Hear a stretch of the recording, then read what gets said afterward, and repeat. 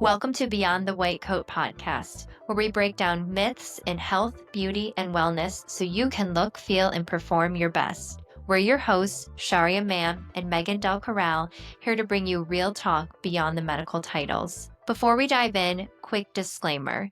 The views and opinions shared in this podcast are for entertainment purposes only. This is not medical advice and does not reflect the host's roles or responsibilities at Vital Medical or Hue Aesthetics. Now let's get into it. Welcome to another episode of Beyond the White Coat podcast. I'm your host, Megan Del Corral, coming here with a solo episode. And we have my guest, Nova, in the background here, wanting to go outside so she can go sit on the terrace. I spoke with Chacha real quickly and let her know I had all the recording equipment because I was finishing the last piece of my integrative medical peptide therapy course. And I was like, hey, while I have the mic out, camera out, all the things, let's just shoot a quick episode. So hopefully people will find this good. It's been a few weeks. It's been crazy. A lot has gone on. I don't want to spill all the tea without Chacha here, especially talking about my bachelorette party, which it's killing David, this whole Italian wedding thing that we're having. And for those of you who don't know, my husband and I are married, been married, but we never had a wedding. We didn't even get married at the courthouse. We got a marriage license at the courthouse. Our friend signed it for us, one of our best friends is an officiant. So we're having this big 3-day event. And so he's like, stop calling it a wedding. Call it, Megan wants to spend a lot of money and go to Italy with her friends. That being said, Chacha, along with 10 of my closest girlies, just people who are so amazing, spent an entire day with me. We did Pilates. We had brunch. We had this big, amazing party bus and we went and got pedicures. We went to an organic wine bar, which, I mean, people just know me really well. It was so great. We played some fun adult games. It was great. We had the best day of my life, like hands down. It was amazing. So super, super grateful. From there, we then went to Greece. So we were in Mykonos with our neighbors and it was amazing. I mean, I have so many takeaways from being in Mykonos. One, I've never seen so much FU money in my entire life. And let's be clear, we are not on that level, but it was impressive to see people who are. I was like, wow, it's just like a whole nother world. And we were laughing. So, we live in Cincinnati, Ohio, which is a very conservative town. And I brought to Mykonos what I would consider like my most scandalous, I guess, outfits. I don't know how you want to describe it. I'm almost 40, so, I can't get too crazy. And I might as well have been wearing a nun's habit compared to these women in Mykonos. I mean, I saw things in people's bodies, like everything but the nipple and like the labia majora on women everywhere. I mean, the big trend is to wear the sheer cover ups and then like underwear, essentially, like shapewear underneath it. And that's like your outfit to go out, not like to the beach, like out clubbing. And the clubs, oh my God, the music there is incredible. The environment's incredible. It's so beautiful. We had the greatest time and we went with two great friends. So that was super amazing. And we did advocate for ourselves. We're like, hey, we're older. There were 2 nights that we just were like, we're going to, hang out during the day, a little daytime partying, have a nice quiet dinner by the beach and go to bed. So that was nice. So we did have some enjoyment there. And now I'm home.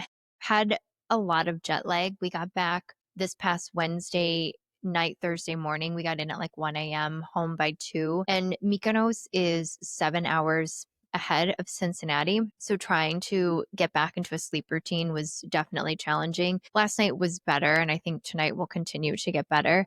And it's just been crazy since we got back. Work for me is always nonstop. Even while I was there, I was just at least checking in.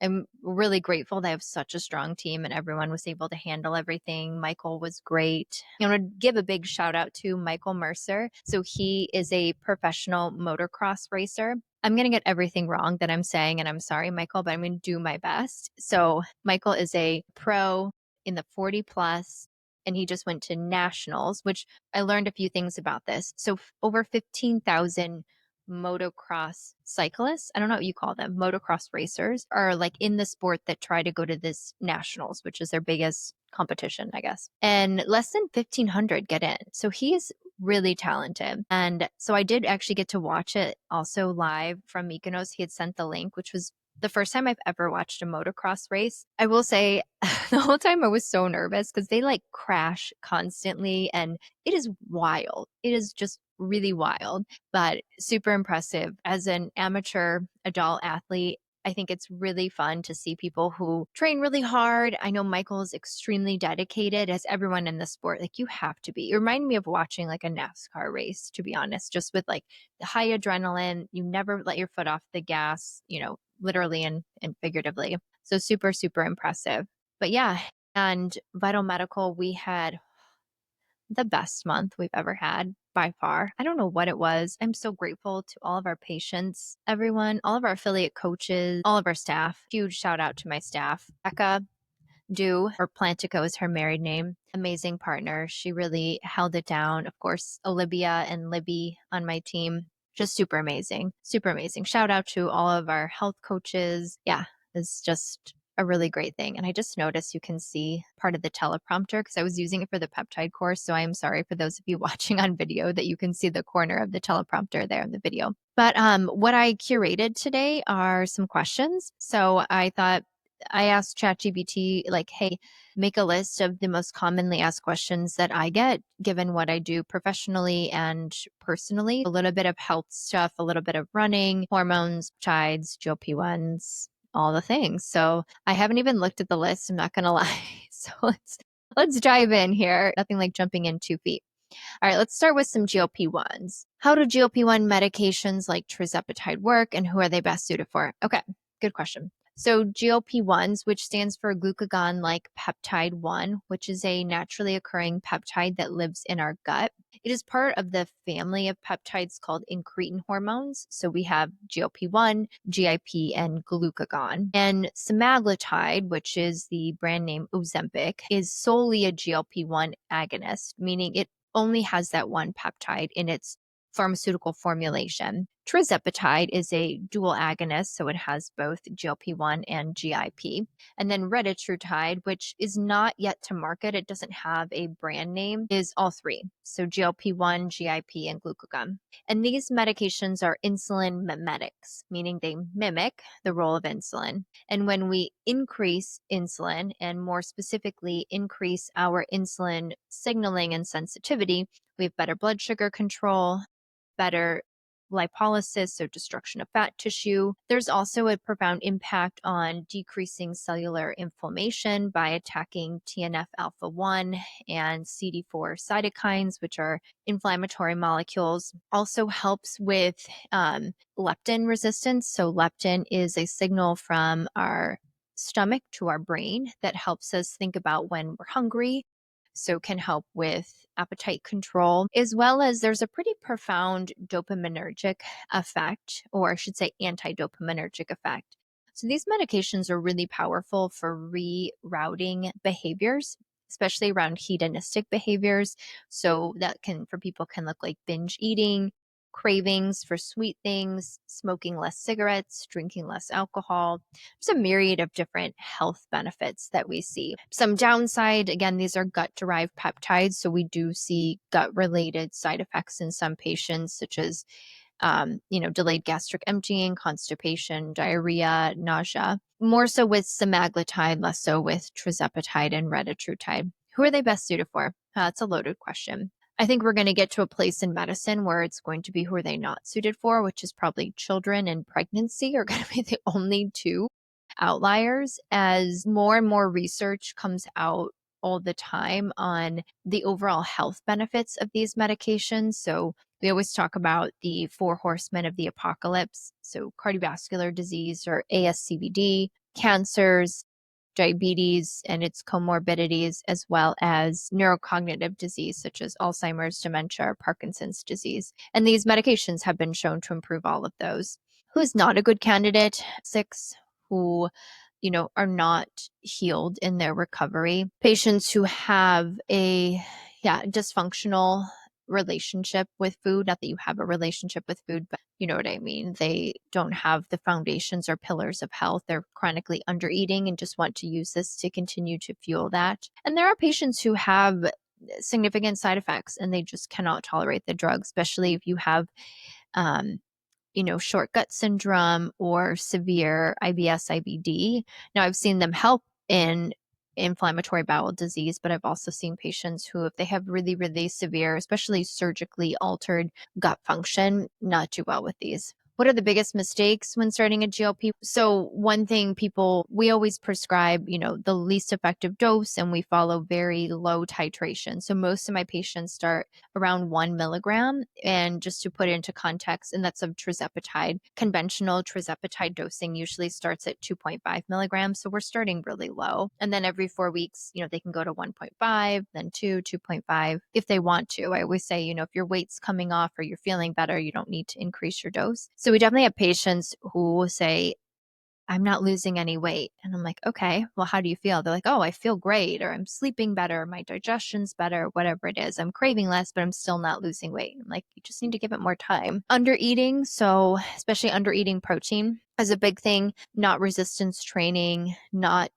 taking into account, again, the pillars of health that we want to make. How do you support patients in maintaining results? So again, I'm always talking to patients every time we have a follow-up, which for us is usually every 3 to 6 months. We're asking about, again, what's your dietary protein? What does training look like? Is your weight stabilizing? Or are we underweight? Do we need to decrease the dose? And what are our long-term goals? Like, are we looking at this as chronic therapy, which for the vast majority of patients it is?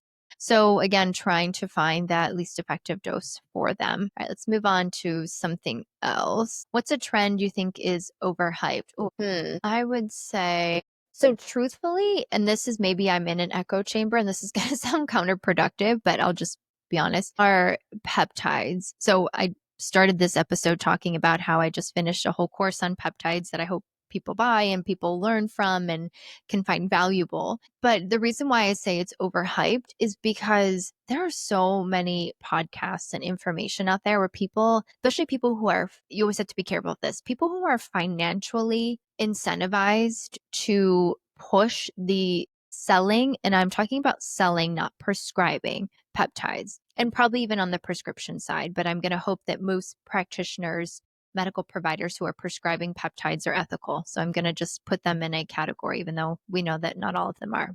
But and I'll just be honest, this is my space. And if you don't like this content, you don't have to listen. It drives me nuts. We work with a bunch of health coaches that have relationships with these research chemical companies who you can just, I'm not going to name names, but you can just go online and order peptides. And they are not following the sterility, purity, dosing, making sure there aren't lipopolysaccharides or LPS agents in these peptides. And these coaches are getting a kickback from the company. So they are having their clients order peptides, again, from a research chemical site.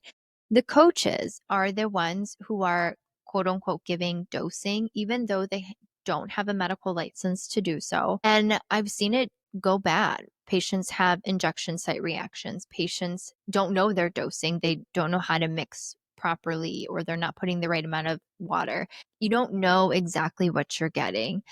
And it comes from this, again, this overhypeness where people are like, oh, do this peptide for your hair, and then this one for your skin, and this one to build muscle, and this one to help you sleep. And I'm like, hey, like, where are the pillars of health? Like, what does your sleep hygiene look like? Where are your hormones at? What's your thyroid function? How much minerals are you taking in? What is your sodium intake? What does your exercise look like? What's your relationships look like? Do you live in a toxic environment? So I think peptides can be overhyped for sure. Okay, let's get some more here. Let's talk more about peptides. There's some peptide questions. How can peptides be beneficial for someone who already feels quote unquote healthy? Yeah, for sure. So this leans into longevity or mitochondrial peptides. So overall, I feel great. I have no ailments, nothing hurts. My hormones are great. Maybe I'm supported with testosterone or whatever it is, but I just want that little edge. That's where peptides like NAD can be really helpful. Cellular peptides, SS-Strauss, 5-amino-1-MQ, all these cellular health peptides, I think could be really cool. What peptides are you most excited about? The nootropic peptides, so Selenk, C-Max. We have a whole campaign at Vital Medical right now on those two peptides. I think those are going to continue to grow in their popularity, and hopefully we'll get more nootropic peptides out. All right, let's jump up to some running and athletic performance. Probably the thing that I struggle with the most. What lessons from marathon training have you carried into other parts of your life? Man, everything. The thing about the marathon is, so unless you just want to make a fool of yourself, which some people do, and that's fine, you can't show up to run a marathon without training. Again, people will say, oh, I didn't do any training and I did it. That's fine. You're an outlier. For the vast majority of people, to run, and I'm talking about running it, not just, I showed up with my friends for fun and we're going to walk the whole thing, which is great as well. Different thing. But I'm talking about if you were like, hey, I'm going to sign up for a marathon in 6 months, you have to train. And how that bleeds into life is that whole feeling of preparedness. So for the next, usually for me, I mean, I have a really strong base of running. So I train for a marathon in about 3 to 4 months, but that's because my mileage doesn't really change. I went into my last race, the Flying Pig Marathon here in Cincinnati back in May, running the same amount I never went above my normal weekly mileage, which is somewhere 50 to 55 miles per week. Now, again, 10 years ago, I used to run 100 miles a week. So different place in life. I also was much faster, but what I wanted to do was prove to myself that, like, hey, consistency over overreaching. So if I can keep my mileage the same, I know my body doesn't break down at 50 to 55 miles a week. I just shift my training to have longer runs. So then I have a day off, or I have a day of just like 2 to 3 miles easy, whatever it is, just floating miles from one day to the next, versus right now I'm like kind of consistently around that 7 to 8 miles per day to hit my weekly miles. That bleeds into everything because you're constantly thinking about, okay, on Monday, I'm thinking about my Saturday long run. So, which we put it as forward thinking, backwards planning. So I know on Saturday, I'm going to run, not now, but during marathon training, I'm going to run 20 miles. So then I'm planning backwards. So that means Friday night, we're not doing anything. I'm staying home, staying hydrated, so it's a conversation with my husband and with my family. And it's a commitment. I will say running a marathon is very selfish, or training for a marathon is very selfish. Like, everyone has to be all in, everyone has to know. And you also, as the athlete, have to be okay with making adjustments. So if my husband's like, hey, listen, there's a hospital related event on Friday, like, we have to go. I'm like, okay. So then I make a decision. Is it that I need to do my long run on Friday? Do I need to do my long run on Sunday? Do I need to just behave myself and not drink any alcohol on Friday so I can get up and get this done?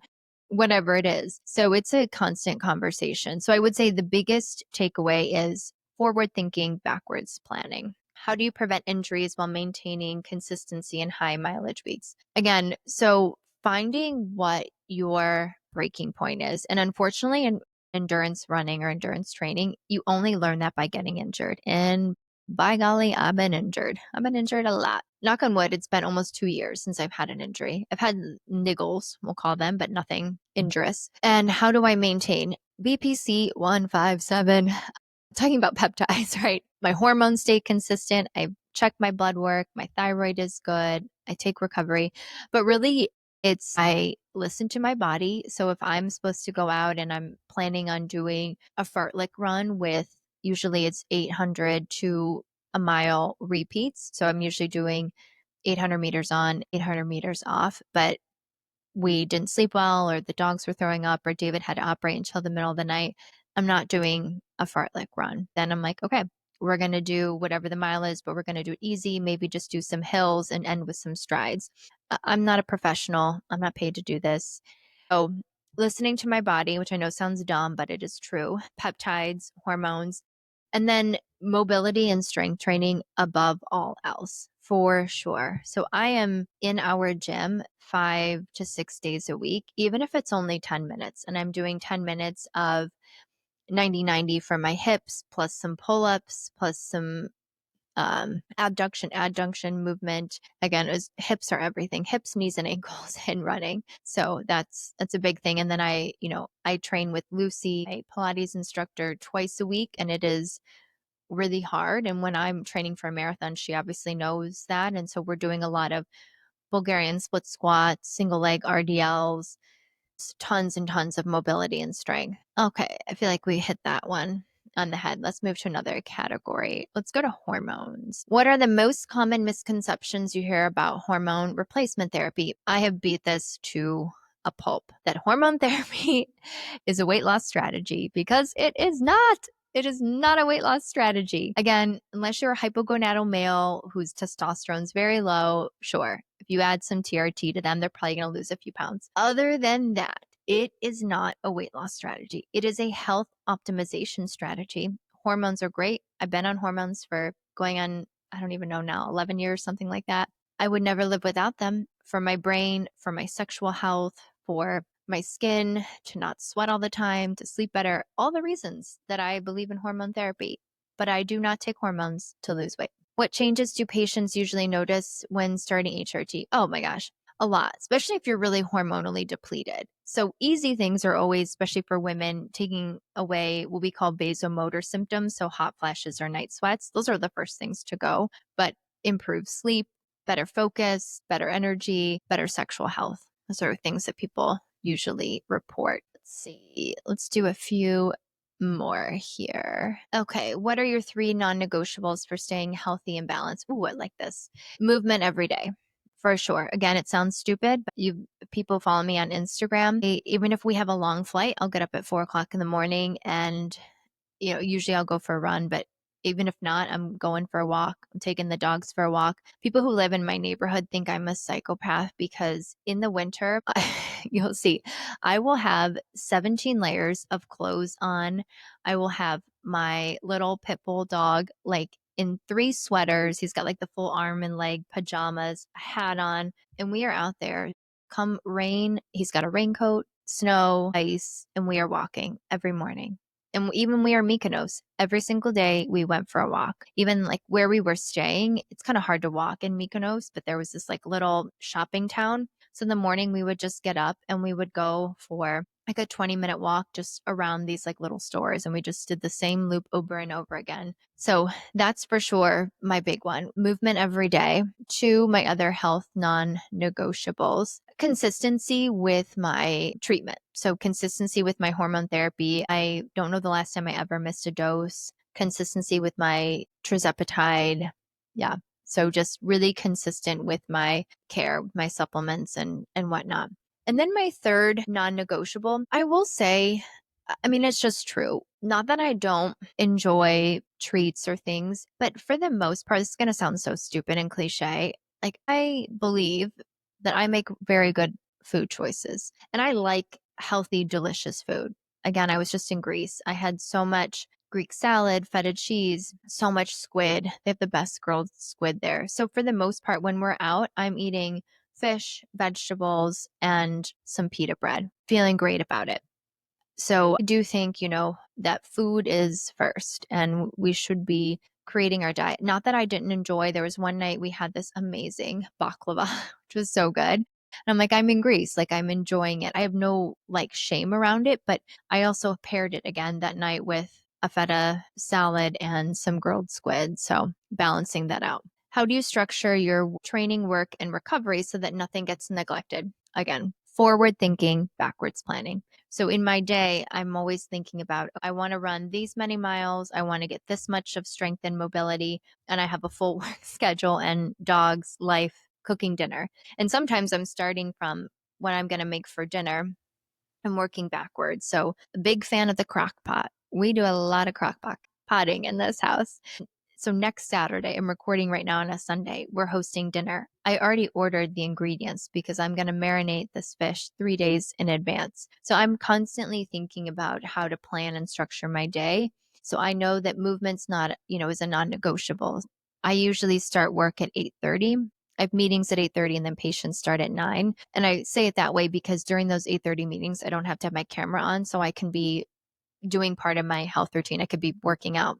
So I'm up every day, 5:30 or 6, take the dogs for a walk, take our husky for a run, get in the sauna, shower, cold plunge, start my work day every day. What's your favorite healthy meal or snack? I love Atlas protein bars. Again, probably not Not the healthiest, but still a healthy choice.